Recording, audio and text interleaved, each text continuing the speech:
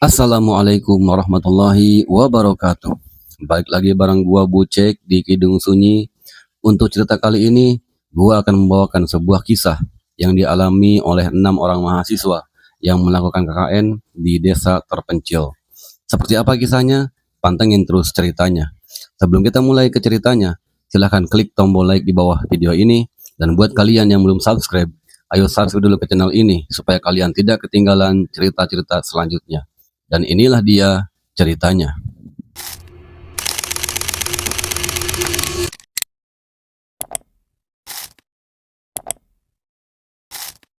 6 orang mahasiswa dari sebuah universitas negeri tiba di sebuah desa terpencil yang bernama Desa Curug Luhur untuk menjalani KKN selama 40 hari. Mereka adalah Raka, Dina, Bayu, Sinta, Ardi, dan Wulan. Perjalanan mereka menuju desa Curug Luhur sudah terasa janggal sejak awal. Supir mobil yang mereka tumpangi beberapa kali menolak menjawab pertanyaan tentang desa tersebut. Bahkan ketika Raka menyebut nama desa itu, supir hanya berkata pelan, "Kalau bisa, jangan sering disebut." Jalan menuju desa semakin sempit dan rusak. Pepohonan besar menjulang tinggi, menutupi sinar matahari masuk ke bumi yang mereka lewati. Sinyal hilang total. Ketika mereka hampir tiba di desa Curug Luhur, tiba-tiba mobil mati. Supir panik, tapi anehnya, hanya beberapa detik setelah semua mahasiswa turun, mobil kembali bisa menyala. Tapi anehnya, ketika Raka dan teman-temannya masuk ke mobil, mobilnya kembali mati. Dan mobil bisa menyala kembali saat Raka dan teman-temannya kembali turun dari mobil tersebut. Dan akhirnya, Raka memutuskan untuk melanjutkan perjalanan dengan berjalan kaki. Singkat waktu, tibalah mereka di desa Curug Luhur. Saat memasuki desa, tidak ada sambutan, tidak ada anak-anak, tidak ada suara aktivitas, hanya beberapa orang tua yang menatap mereka dari kejauhan dengan ekspresi datar. Kepala desa, seorang pria tua bernama Pak Sastro, akhirnya muncul. Wajahnya pucat, datar, matanya sayu. Dia menerima mereka tanpa senyuman. Hal pertama yang ia katakan bukanlah sambutan, melainkan aturan.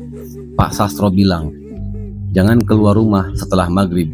Jangan bertanya tentang rumah kosong di ujung desa. Jangan mengambil apapun dari hutan. Jika mendengar suara memanggil, jangan menjawab."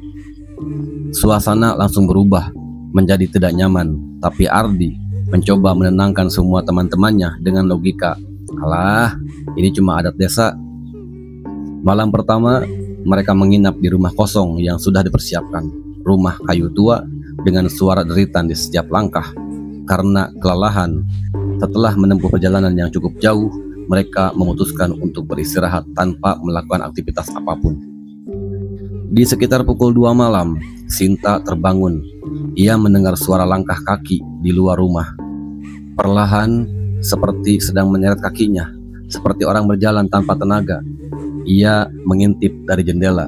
Di luar, dia melihat sosok perempuan berdiri membelakangi rumah.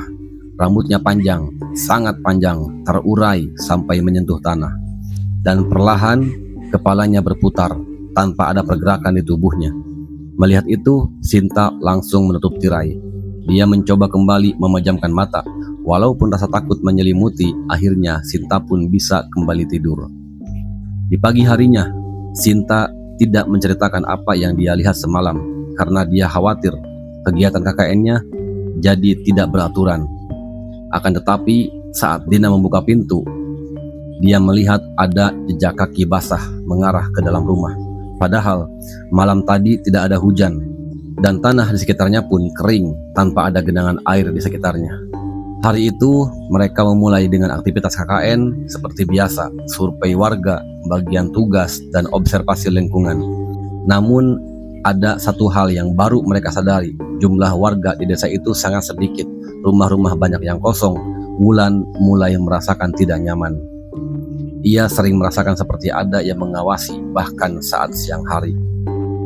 Ketika mereka berjalan mengelilingi desa, mereka menemukan rumah kosong yang dimaksud dalam larangan Pak Sastro. Sebuah rumah besar tua di ujung desa, tertutup semak-semak dan pintunya setengah terbuka. Ardi yang skeptis mengajak masuk sambil berjalan. "Apa yang ditakutkan? Ini hanya bangunan kosong."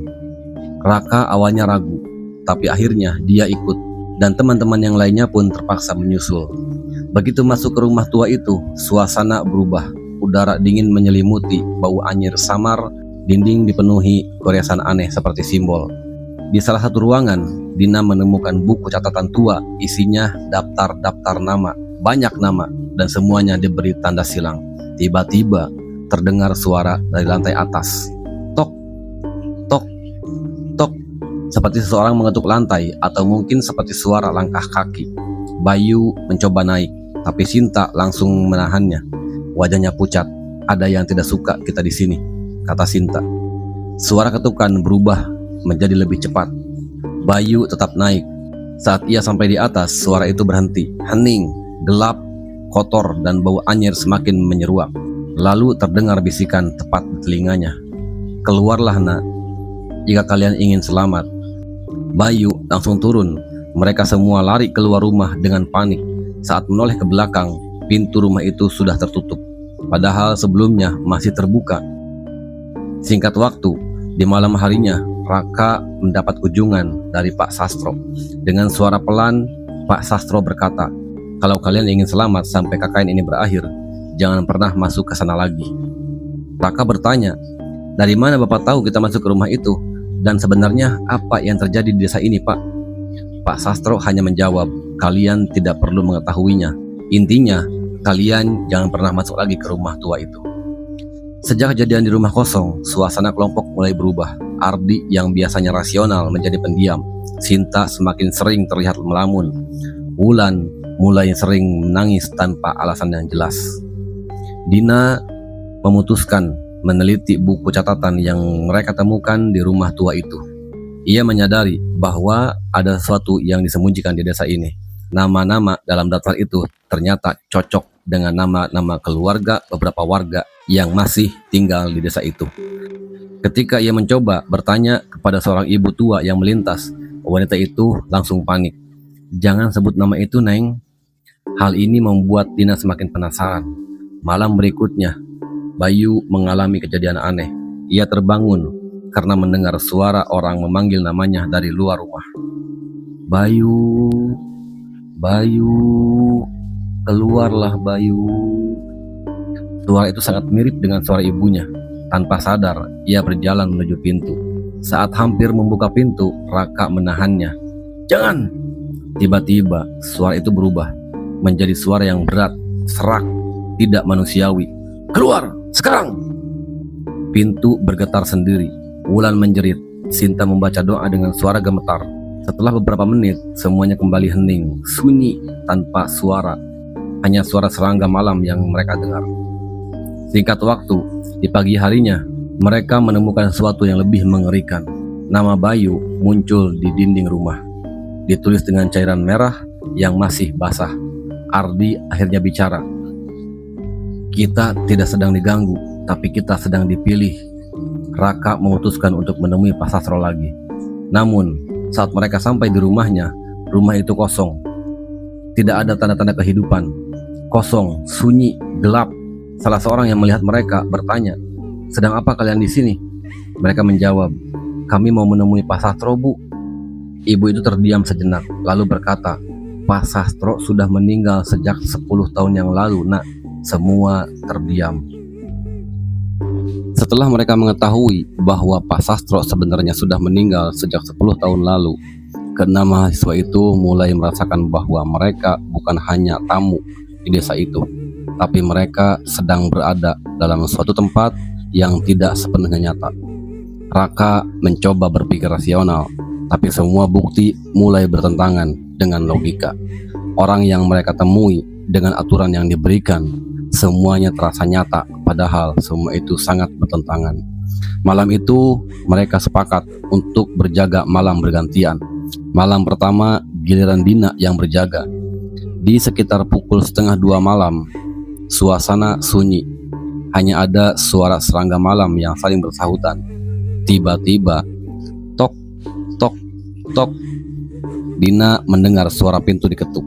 Pelan, teratur. Dina ragu. Ia teringat dengan aturan yang diberikan oleh Pak Sastro. Jangan membuka pintu saat malam hari. Namun suara itu terus berulang, membuat Dina semakin penasaran. Akhirnya, ia memberanikan diri untuk mengintip dari celah jendela. Di luar, ia melihat Raka sedang berdiri, lengkap dengan pakaian yang sama, wajahnya datar, tidak berkedip. Dina langsung menoleh ke belakang. Raka yang asli sedang tertidur di dalam rumah. Jantungnya berdegup kencang saat ia kembali melihat ke jendela. Sosok Raka itu sudah sangat dekat, tepat di depan kaca. Dengan senyum tipis tapi lebar, perlahan kepalanya miring seperti patah. Dina menjerit. Semuanya terbangun. Dina menceritakan apa yang dia lihat. Ketika mereka membuka pintu bersama-sama, tidak ada siapapun di luar. Namun di tanah terdapat 2 jejak kaki. Satu mengarah ke rumah, satu lagi tidak ada ujungnya, seperti menghilang begitu saja.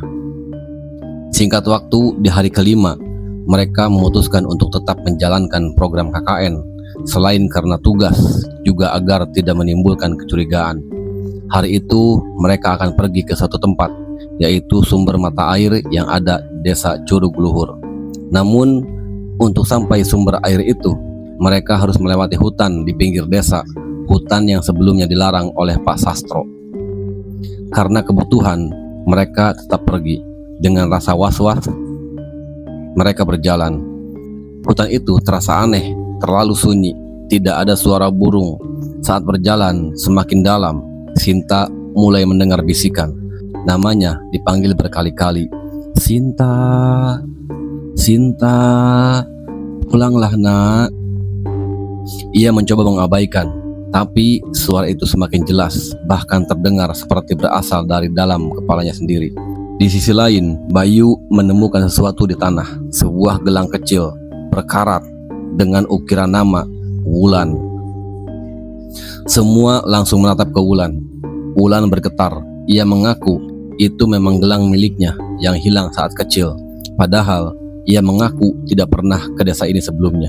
Tiba-tiba, angin bertiup kencang, pohonan bergoyang keras, dan suara bisikan berubah menjadi teriakan. Kalian sudah pernah ke sini? Mendengar itu, Sinta pingsan.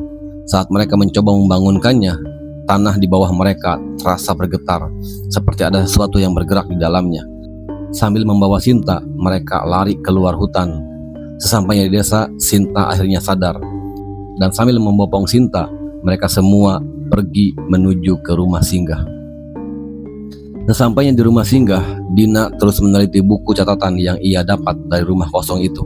Dan ia menemukan halaman yang sebelumnya tersembunyi. Isinya menggambarkan sebuah ritual kuno, ritual penjagaan desa, untuk melindungi desa dari sesuatu yang ada di dalam hutan. Dulu, para warga melakukan pengorbanan manusia setiap beberapa tahun sekali. Jumlah manusia yang dikorbankan selalu 6 orang. Nama-nama dalam buku itu ternyata adalah korban. Dan yang mengerikan, dalam ritual terakhir ada 6 nama tertulis jelas di buku itu. Nama-nama itu adalah Raka, Dina, Bayu, Sinta, Ardi, dan Wulan. Mereka semua terdiam. Ini bukan kebetulan, semua ini pasti sudah direncanakan. Malam itu mereka mengalami teror yang semakin nyata. Pintu dan jendela terbuka sendiri. Suara tangisan terdengar dari bawah lantai. Dan bayangan bergerak di dinding tanpa sumber cahaya. Ardi yang mulai kehilangan kendali berteriak, "Kita ini korban yang akan ditumbalkan." Raka mencoba tetap tenang, tapi dalam hatinya ia tahu mereka tidak sedang diganggu. Mereka sedang dipersiapkan dan ritual itu ingin diselesaikan. Singkat waktu, di hari ke-20, mereka mencoba untuk keluar dari desa Curug Luhur. Di pagi buta, mereka mulai berjalan mengikuti jalan yang sama ketika mereka datang ke desa itu. Tapi anehnya, setelah berjam-jam mereka berjalan, mereka kembali lagi ke titik awal.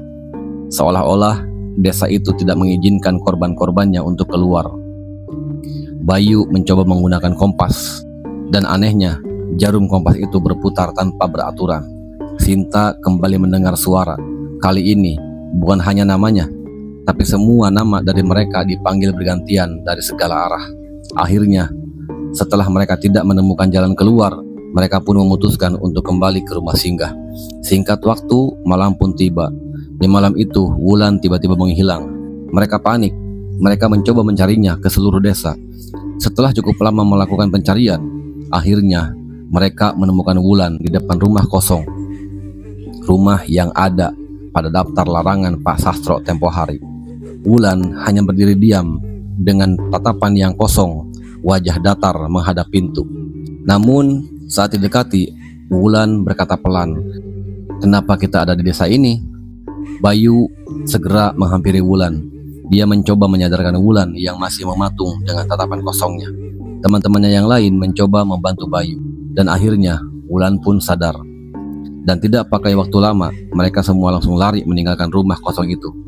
Sesampainya di rumah singgah, mereka berkumpul untuk mencari cara untuk bisa keluar dari desa itu. Melihat HP, sinyal masih tidak ada. Mereka bingung. Mereka tidak mau jadi tumbal untuk desa itu. Akhirnya Bayu menyarankan untuk mencoba kembali meninggalkan desa itu di waktu subuh. Tapi kali ini, semua barang bawaan mereka harus ditinggalkan di desa itu. Keesokan harinya, di pagi buta, mereka mulai mengendap-endap untuk meninggalkan desa. Setelah dirasa sudah cukup jauh dari pemukiman, mereka bergegas lari secepat-cepatnya. Akhirnya, setelah berjam-jam mereka berjalan atau bahkan berlari, mereka pun sampai di tempat saat mobil yang mereka tumpangi mogok. Mereka sangat gembira saat mereka melihat suatu tempat di mana mereka mulai berjalan kaki karena mobil saat itu selalu mati ketika mereka menaikinya. Senyum lebar, tawa bahagia menyelimuti wajah mereka. Mereka beristirahat sejenak, menantikan suatu keajaiban datang menghampiri mereka. Dan benar saja, tidak lama kemudian, dari ujung jalan mereka melihat ada mobil pick-up melintas. Setelah pick-up itu mendekat, mereka berteriak meminta tumpangan, dan untungnya supir menghentikan laju pick-up itu.